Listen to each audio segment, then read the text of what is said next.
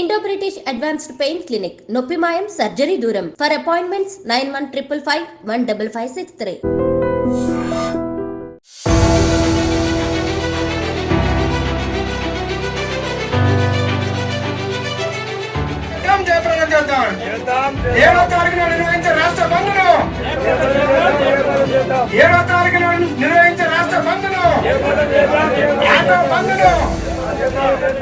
Auto డ్రైవర్లు తమ voice ని ఇంకా ఎక్కువగా గట్టిగా పెంచినట్టు కనిపిస్తోంది. ఎందుకంటే ఇందిరా చౌక్లో మొన్న ఒక 20 రోజుల క్రితం కూడా వాళ్ళు ధర్నా చేయడం జరిగింది. ప్రభుత్వానికి కొన్ని వినతి పత్రాలు ఇవ్వడం, ఆ తర్వాత వాళ్ళు రిక్వెస్ట్లు కూడా కొన్ని వినతి పత్రాల్లో వాళ్ళు ఏం కోరారు అంటే, ప్రభుత్వం మమ్మల్ని పట్టించుకోండి, రవాణా శాఖ మంత్రి ఏదైతే ప్రామిస్ చేశారో 12,000కు సంబంధించిన ఎవ్రీ ఇయర్ ఆటో డ్రైవర్లకు మేము చెల్లిస్తామన్నటువంటి మాట ఏదైతే రాష్ట్ర సర్కార్ తన మేనిఫెస్టోలో పెట్టిందో కనీసం అంటే కనీసం దాన్ని నెరవేర్చకపోగా ఇప్పుడు ఉచిత బస్సెస్ అంటే కాంగ్రెస్ సర్కార్ ఏదైతే మహిళలకు ఉచిత బస్ ఏదైతే సౌకర్యం తీసుకొచ్చిందో దాని తర్వాత మా బతుకులు చాలా దుర్భరంగా అయిపోయాయి. కనీసం అంటే కనీసం కూడా మా ఆటోలు నడవట్లేదు, ఎవరు ఎక్కట్లేదు, రిక్వెస్ట్ చేసినా కూడా బతిమిలాడినా కూడా ఎవరు ఎక్కట్లేదు, మాకు ఫ్రీ బస్ ఉంది కదా నేనెందుకు ఆటో ఎక్కాలి అన్నటువంటి మాట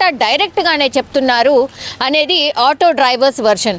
మేమేమి ఫ్రీగా అంటే మేమేమి 12,000 రూపాయలు సంవత్సరానికి ఇవ్వండి అనేటువంటి మాట మేము అసలు అడగలేదు.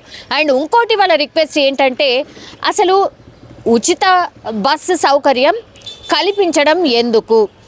ఆ డబ్బున్న వాళ్ళు డబ్బు లేని వాళ్ళను ఒకటేలాగా చూస్తే ఎలా?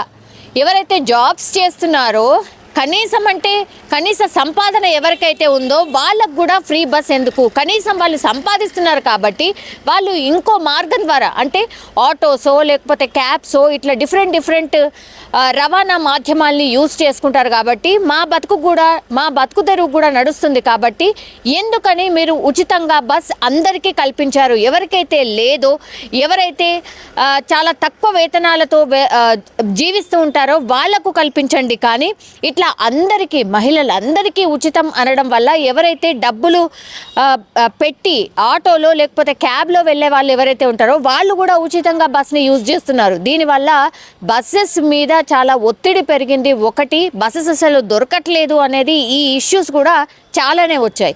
సో ఎందుకని ఈ డిసిషన్ తీసుకున్నారు? ఈ డిసిషన్ తీసుకోవడం వల్ల ఆటోలకు పూర్తిగా గిరాకీ తగ్గిపోయింది అన్నటువంటి మాట చెప్తున్నారు.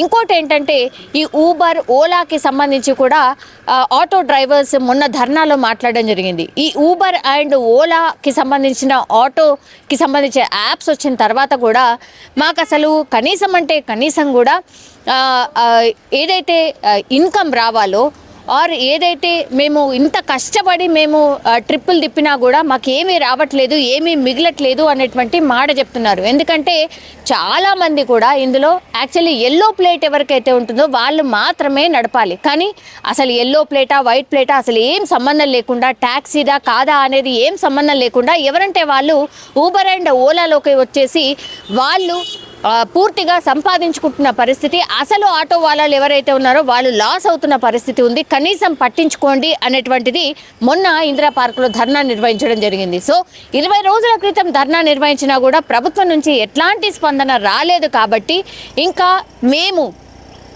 ఫర్దర్ నెక్స్ట్ స్టెప్ అంటే కార్యాచరణను మేము ప్రకటించబోతున్నాం.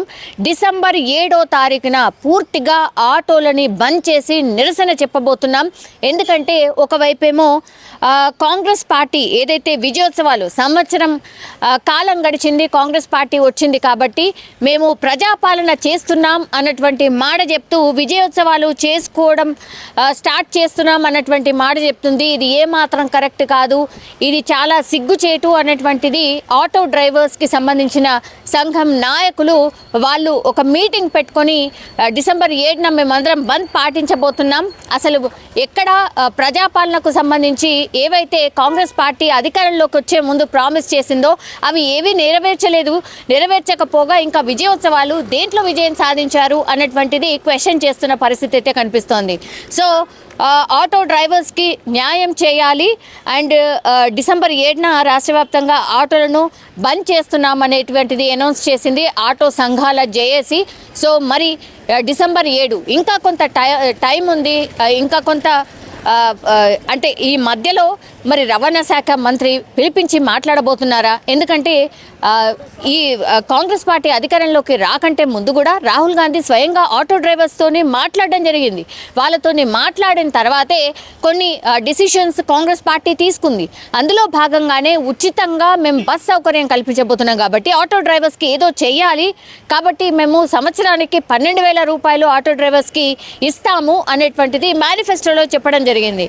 కానీ ఇప్పుడు ఆటో డ్రైవర్స్ అసలు మేము 12,000 కోరలేదు, మేము చేసినటువంటిది రిక్వెస్ట్ అసలు ఉచిత బస్సు ప్రయాణం వద్దు, ఉచిత బస్సు సౌకర్యం కల్పించకండి, మా బతుకులు ఆగమైతాయి, లేదంటే మీరు ఉచిత ప్రయాణం కల్పించాల్సి వస్తే కూడా ఎవరైతే బస్కి సౌకర్యానికి సంబంధించి పెట్టలేరో వాళ్ళకు మాత్రమే పెట్టండి, ఎవరైతే జాబ్స్ చేస్తారో, మంచి ఇన్కమ్ ఉందో, మంచి సంపాదన ఉందో వాళ్ళందరికీ కూడా మీరు ఉచితంగా కల్పించకండి అన్న రిక్వెస్ట్ కూడా ఆనాడు రాహుల్ గాంధీ ముందే చెప్పడం జరిగింది. కానీ అవేవి కూడా పట్టించుకోకుండా పూర్తిగా కాంగ్రెస్ పార్టీ అధికారంలోకి రావాలన్న లక్ష్యంతోనే ఇవన్నీ ప్రామిసెస్ చేసి ఇప్పుడు ఆటో డ్రైవర్ల బతుకును ఆగం చేసింది అన్నటువంటి మాట మాత్రం ఆటో డ్రైవర్స్కి సంబంధించిన జేఏసీ ఆరోపిస్తున్న పరిస్థితి అయితే కనిపిస్తోంది. మరి ఇప్పటికైనా సరే రవాణా మంత్రి కావచ్చు, గవర్నమెంట్ కావచ్చు, దీని మీద ఏమైనా స్పందిస్తుందా, ఆటో డ్రైవర్స్ని పిలిచి మాట్లాడుతుందా అనేది చూడాల్సిందే.